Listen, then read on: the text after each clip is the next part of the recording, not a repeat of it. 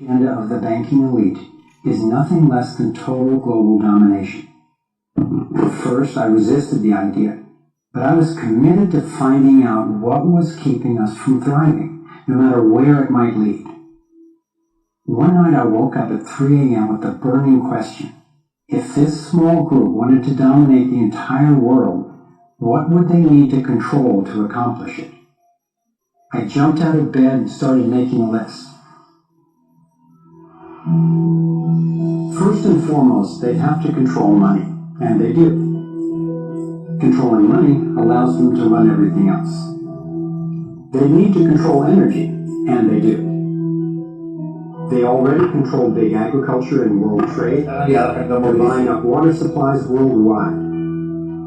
They've got health in their pocket, and they're trying to suppress natural alternatives. Mainly, they have to control what information we get and how we react to it. In America, the internet, our greatest tool for communication and grassroots organizing, is currently not controlled or censored, but its open status is being attacked from all sides. Governments, corporations, and the United Nations are all attempting to take control. For complete domination, dissent has to be controlled. They need to take away our rights, spy on ordinary citizens, and track every aspect of our lives. As the day dawned, I knew that a powerful elite had almost everything set up to rule the world. And I had the frightening realization that Big Brother is not just coming, he's here now. We are already in the Matrix. So how do we get out? To envision that, I realized I needed to discover what their ruling structure looks like and how it works.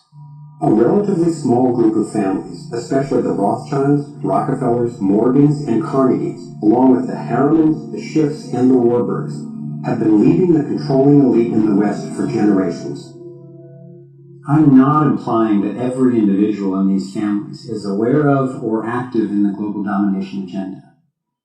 However, I'm convinced the heads of these dynasties control the corporate and banking interests that carry out the sinister scheme that is destroying so many lives. Those secretly driving the agenda have been known by many names. Leaked reports confirm that they meet throughout the world, behind closed doors, to discuss their agenda. Then, like clockwork, their plans begin to show up in the media, finance, corporate, government, and military arenas. Of course, not everyone involved in these groups is in on the decision-making. There is a hierarchy of knowledge and participation. One of the primary symbols of the controlling elite is the all-seeing eye. It's on the dollar bill. It's on the American mass surveillance system initially called Total Information Awareness. It's on the British intelligence agency MI5. And it even oversees the Supreme Court complex in Israel, designed and funded entirely by the Rothschilds. I believe they've taken the majestic image of the Cheops pyramid and its legendary metallic capstone and perverted the meaning to represent those at the top being able to track and control all those under them.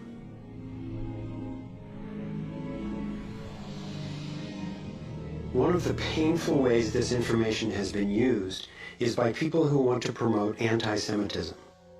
They wrongly call this a Jewish agenda and continue the ongoing racism that undermines and destroys so many lives. Let me be clear, this is definitely not a Jewish agenda.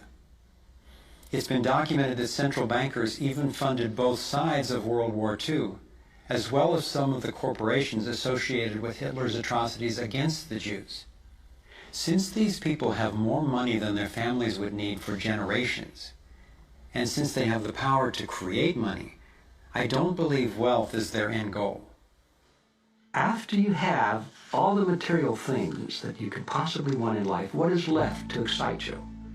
And for many people, the answer is power, global power. They became intellectually elite. They began to think that they had a plan that was better than anybody else's plan. They got the idea that freedom is dangerous. If you give people freedom, you know what? They're probably not going to use it wisely like we think they should. We are smarter than they are. And for their own good, we should rule them. As I came to accept the idea of a ruling elite planning for total global domination, I began to hear these same people actually talking more boldly and publicly about it, only they call it the New World Order. When we are successful, and we will be, we have a real chance at this New World Order.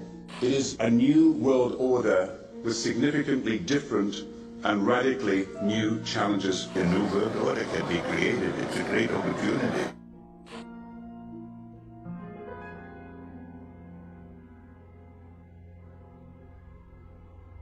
Given the condition of our world, a new world order can sound like a great idea, but I had to distinguish between what I was discovering about global domination, a one-world government run by an elite few, and the reality of our global interconnectedness, which is the realization that at a fundamental and even spiritual level, we are not separate, we are all connected. But the agenda for global domination is really the exact opposite.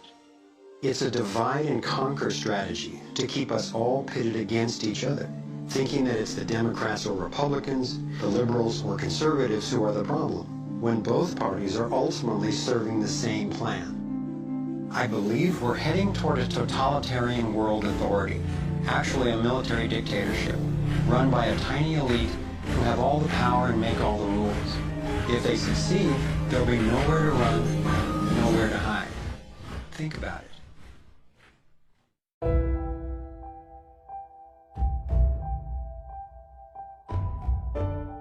This is a plan that was agreed to by 179 nations. It's called the Agenda for the 21st Century. It's a totalitarian state being developed right now all over the world. It is the inventory and control plan. Inventory and control of all land, all water, all minerals, all plants, all animals, all construction, all means of production, all food, all energy, all information, and all human beings in the world. And this is a plan that was agreed to by 179 nations back in 1992. It's a United Nations plan. It's called the Agenda for the 21st Century. And so many of us around the world think that, well, sustainable development, it just sounds so great.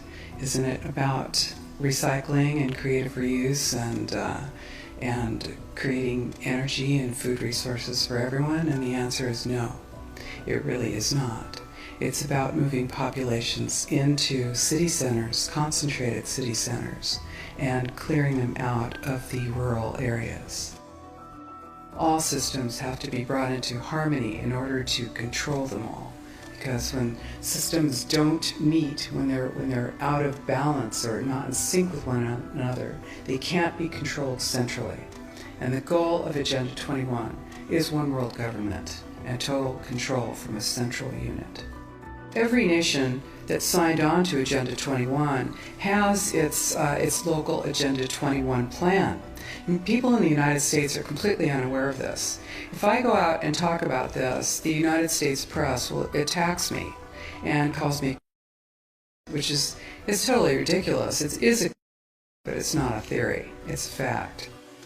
The three pillars of United Nations Agenda 21 are economy, ecology, and equity, the three E's. And everyone sort of thinks that they know what that means, the idea of social equity. It must mean that, well, everyone's going to have access to clean water and clean air, and no one's property is going to be used as a dumping ground because they are at a poverty level.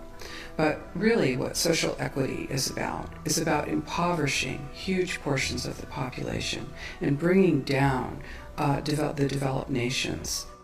Everything that we're looking at now is destined to collapse our economies. It's a totalitarian state being developed right now all over the world. And what major corporations want in this development is to be able to have full movement of workers without borders or boundaries, to be able to move their goods through without regulations, and to reduce wages. And so this is the goal. So this is what you find with social equity. and of course, economy and ecology is about, these are the three circles: economy, ecology, and social equity. And where they meet in the center is balance. But really that balance is a communitarian balance. So it's not balance of well-being of the people. What it is it's a balance for corporations so that they can exploit and control and have populations in an area, in tightly packed, dense areas, so that they can be surveilled and managed. And this is what that balance looks like as far as the development of a totalitarian state is. The mainstream media is owned by 5 major corporations, and you're not going to get this information from the mainstream press. So you need to be your own press. You need to educate yourself. You need to get out there and educate your neighbors, your community, your real community. You need to help your children understand that they're being indoctrinated from pre-kindergarten to postgraduate school. All of us have a responsibility to ourselves and to others. This is true community, to work for personal freedom. And always remember that even though we work as a group, if we do work as a group, we're all individuals in those groups, and we answer only to ourselves. And this is essential. It's essential as free human beings. This is what we are. We are free, and we need to continue to be free. And I do believe that we will win, but we have to become aware that there is a fight, and then make our friends and our neighbors and our community aware as well, and work together. Jadi mereka akan membuat tidak ada tempat buat kita untuk lari. Ya, apalagi dengan digitalisasi, kita di penjara oleh digital, di mana-mana ada kamera, semua terkoneksi. Naik mobil ada ini, di rumah belanja itu semua pakai digital.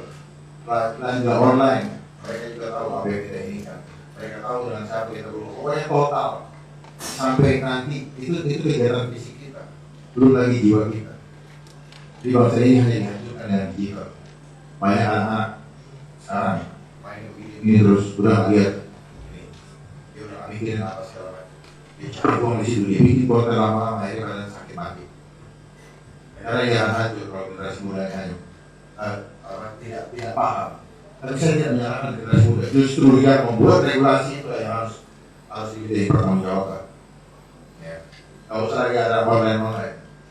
Ya, online kalau memang lagi tidak bisa ada, tetap namanya silaturahmi harus bangun. Karena manusia hidup sejatinya adalah manusia hidup berkumpul bersama-sama untuk saling tolong-menolong dan saling melengkapi, bukan saling menyalahkan. Saya rasa ini aja dulu. Kalau saya buka ini banyak sekali. Ya. Tapi yang saya ingin sampaikan adalah supaya adik-adik paham bahwa ketika kita mau menjadi seorang entrepreneur, jadilah entrepreneur dan bukan sesuatu entrepreneur. Ini agenda mereka, ada 17 nih.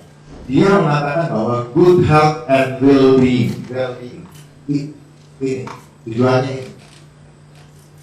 Bukan well-being, well goodbye. Ya. Dia mengatakan zero hunger, ya. Tidak ada orang kelaparan. Tapi apa yang terjadi? Dia masukkan semua makanan dikontrol dengan GMO, genetik. Tapi yang hebat, saya ingin berharap siapapun nanti pemimpin negara kita, orang yang menggunakan GMO dalam pertanian untuk kebutuhan makanan kita, mereka teroris. Dan hebatnya, Putin tidak mau negaranya menerima GMO. GMO itu yang segala macam yang chemical, ya seperti hidroponik, terus suntik, terus ekspor impor. Kedua, GMO itu yang ada namanya Monsanto. Jadi kita mati, kita dihancurkan lewat apa yang masuk ke dalam tubuh kita. Tapi kita tidak tahu, kita tidak kelihatan barang yang itu. Malah justru barangnya menarik. Ya, saya makan misalnya di sabu-sabu, itu saya tengok kayak plastik. Kayak nggak ada itu orang udah sama sekali.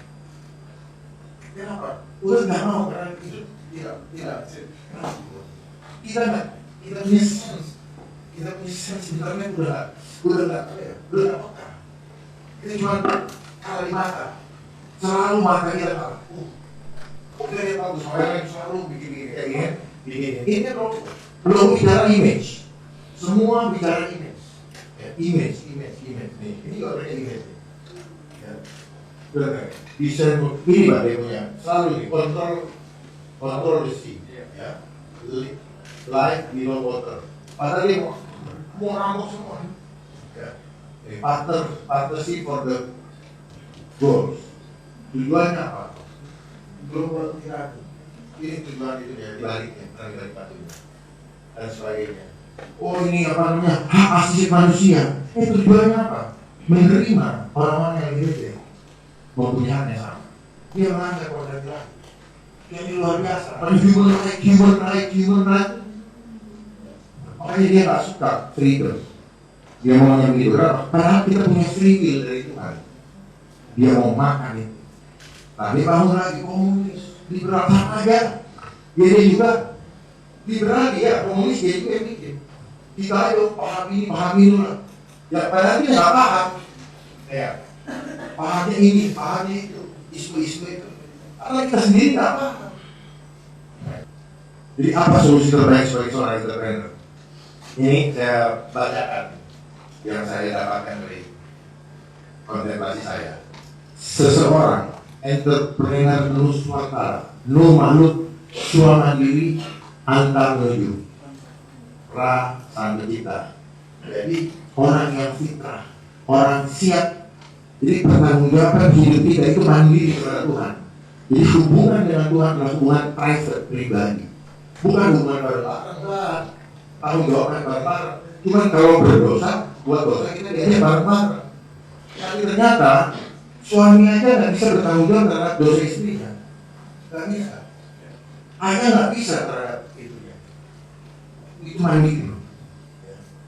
Jadi seorang entrepreneur Nusantara adalah seorang yang memiliki potensi diri, selnya itu fitrah, optimal, akan memiliki ketepatan dalam berinovasi dan selalu ikhlas menerima sekaligus berlepas hasilnya sesuai dengannya. Jangan pernah menyesal, ya. Dan tidak akan pernah stres, dan tidak akan pernah salah, karena dia punya ketepatannya apa? Dia selalu berlandaskan iman. Karena tujuannya bukan semata-mata untuk apa?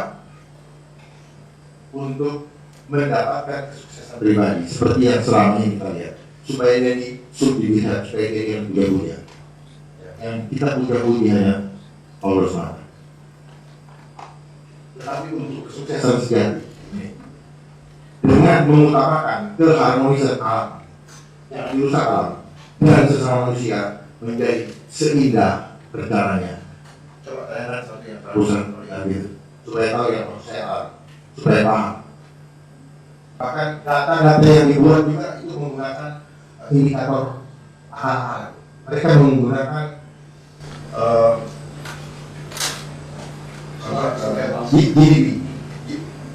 GDP. Harusnya DNB. Kalau GDP itu artinya apa?